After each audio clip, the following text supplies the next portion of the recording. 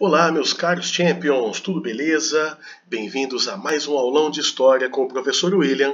E aqui nós vamos entender um pouquinho mais sobre o governo Floriano Peixoto.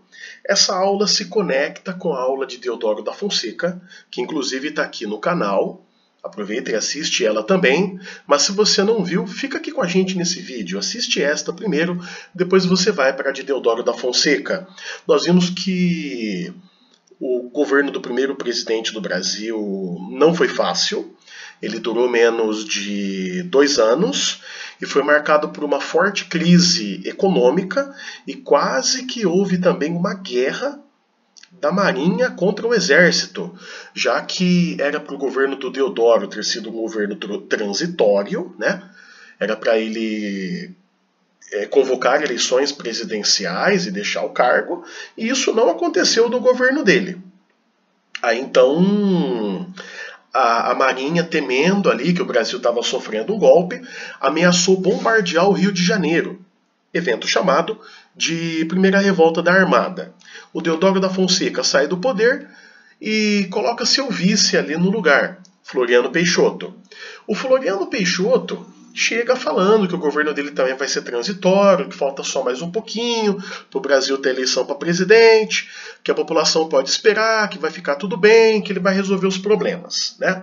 E assim nós temos o segundo presidente da história do Brasil. Aliás, Floriano Peixoto tem aí uma cidade brasileira que o homenageia, que é a cidade de Florianópolis, uma homenagem aí a este que foi o segundo presidente do Brasil. Até que muita gente sabe o nome do primeiro presidente, mas pouca gente sabe o nome do segundo presidente, né? Então tá aí, esse cara foi o Floriano Peixoto. O Floriano Peixoto tentou acenar para os mais pobres ali, né? Tentando fazer uma política populista de congelar o preço dos aluguéis, baixar o preço dos alimentos de primeira necessidade. Assim ele fica muito querido pelos mais pobres. Os mais ricos do Brasil era da classe dos cafeicultores. Os cafeicultores eles eram muito influentes não só no campo econômico, mas no campo político, já que eles compunham categorias ali de deputados, senadores, governadores de estado.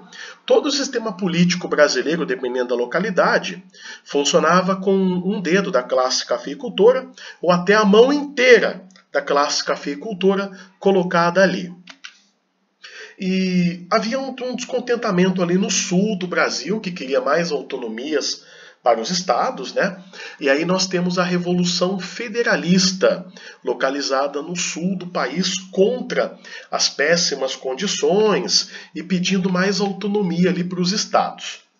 Basicamente, a Revolução Federalista envolveu um pessoal ali do Júlio de Castilho, que era favorável ao presidente, contra a turminha do Gaspar Silveira Martins, que era contra a turma do presidente.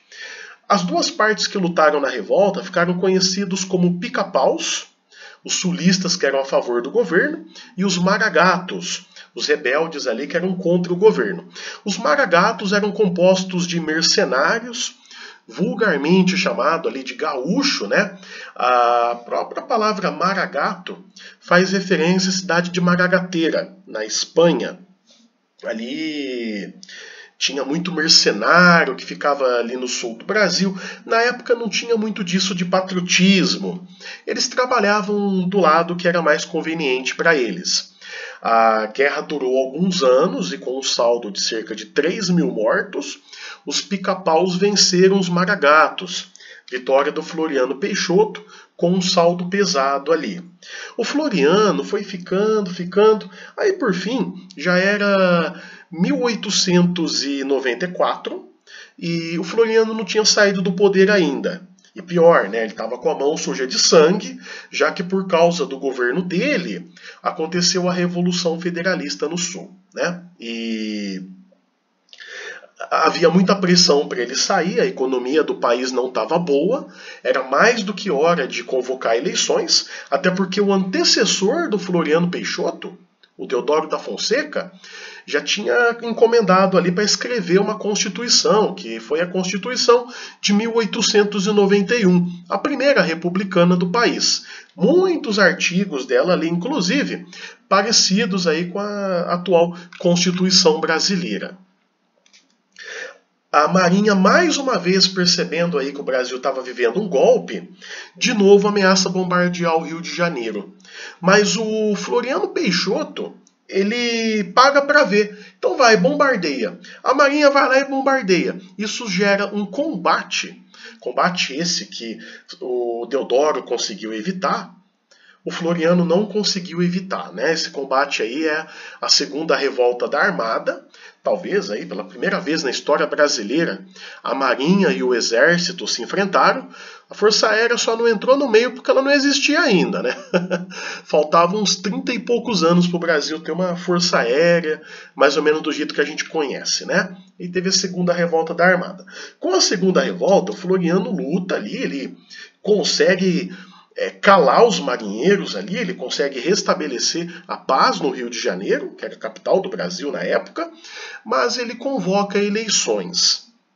E assim, então, em 1894, acontecem as primeiras eleições do país e começa um período também que duraria 36 anos, chamado de a República do Café com Leite, ou República Oligárquica.